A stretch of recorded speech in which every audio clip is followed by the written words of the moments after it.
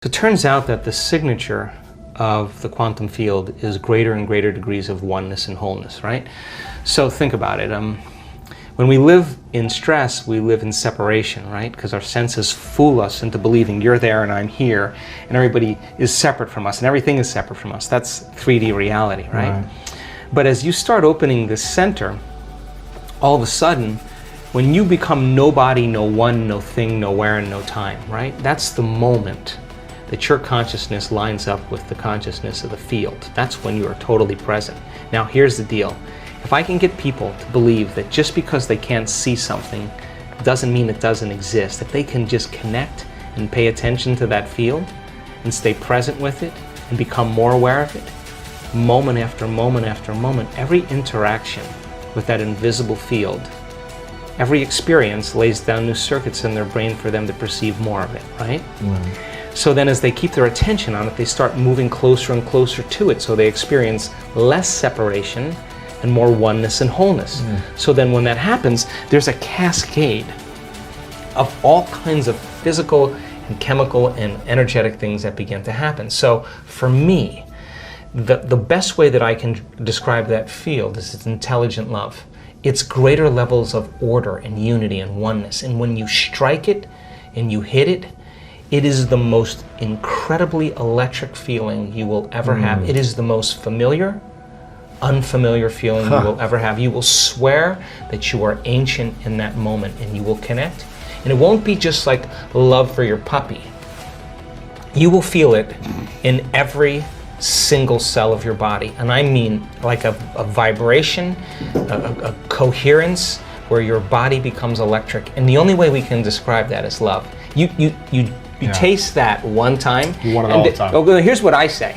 I always say, the first time it happens, the first time it happened to me, and every time since, when I come back to my senses, I always say the same thing. Joe Dispenza, you got this all wrong.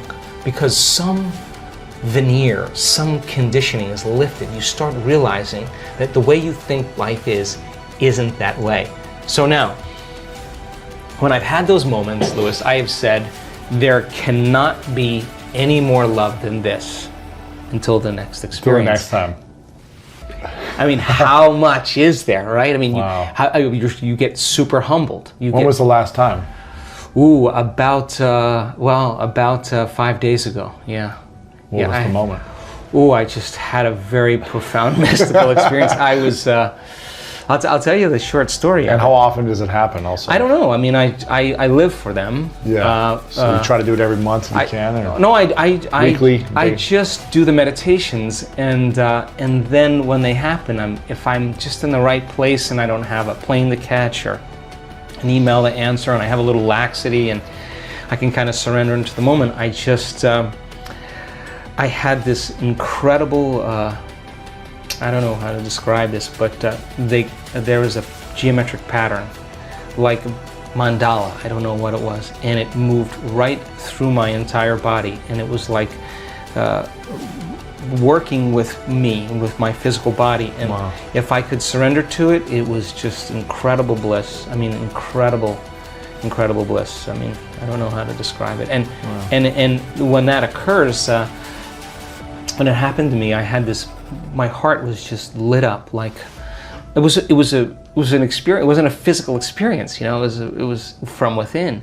And here's the weird thing: every time it happens, my heart feels alive, like it lasts for days. Like the emotion from the experience lasts for days. And people are like, "What's up with you? Like, what?" And you're just kind of got this joyful. You got this big smile on your face. I just am so happy to be alive, right? And so I think that independent of, listen, I now know, I mean, we've measured genetic changes, hormonal changes, neurotransmitter changes. We've measured immune system responses by trading fear for gratitude.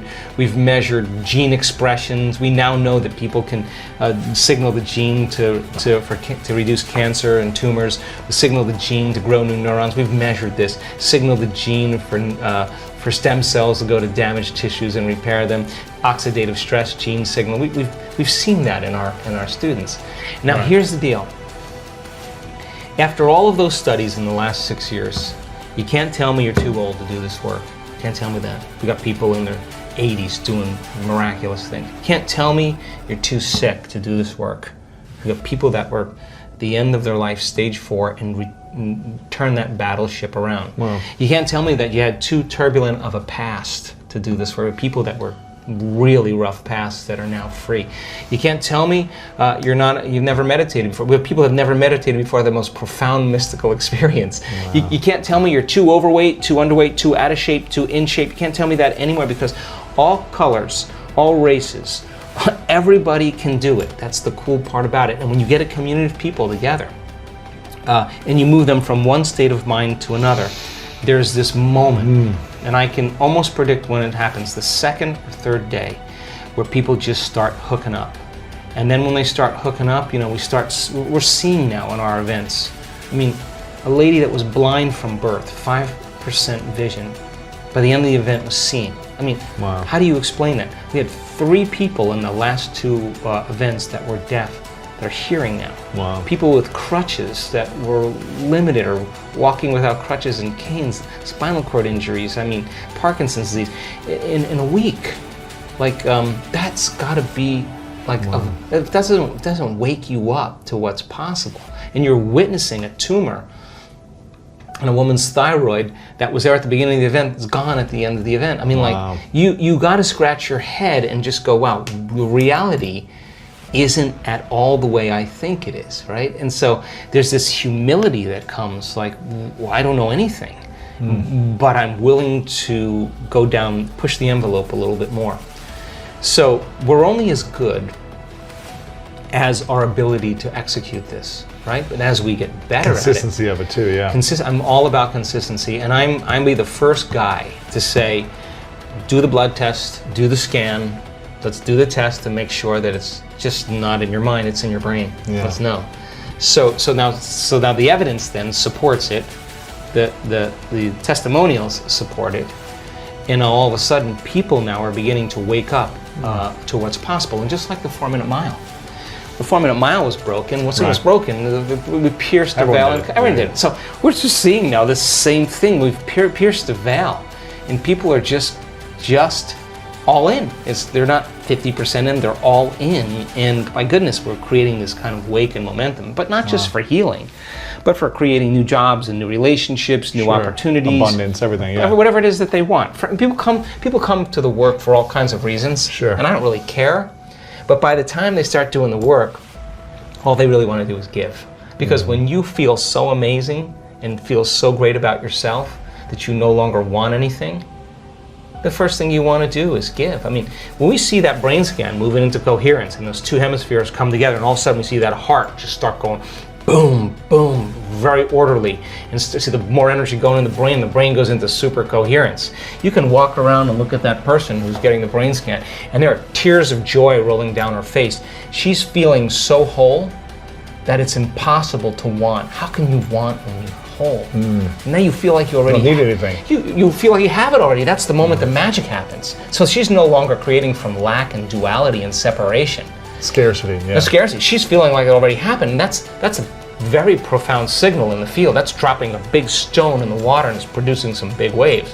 And things are starting to manifest. She's attracting synchronicities, everything. Yeah, now she's drawing it to her. So then if you're doing that, to answer the original question, is that then if you keep practicing that, then you got to get up and maintain that modified state of mind and body your entire day. And it's just a practice. And as you do that and you start seeing all the fun things happening, it's not like, oh, I got to go create my life today. Right. You're like, I got to go because I don't want the magic to stop.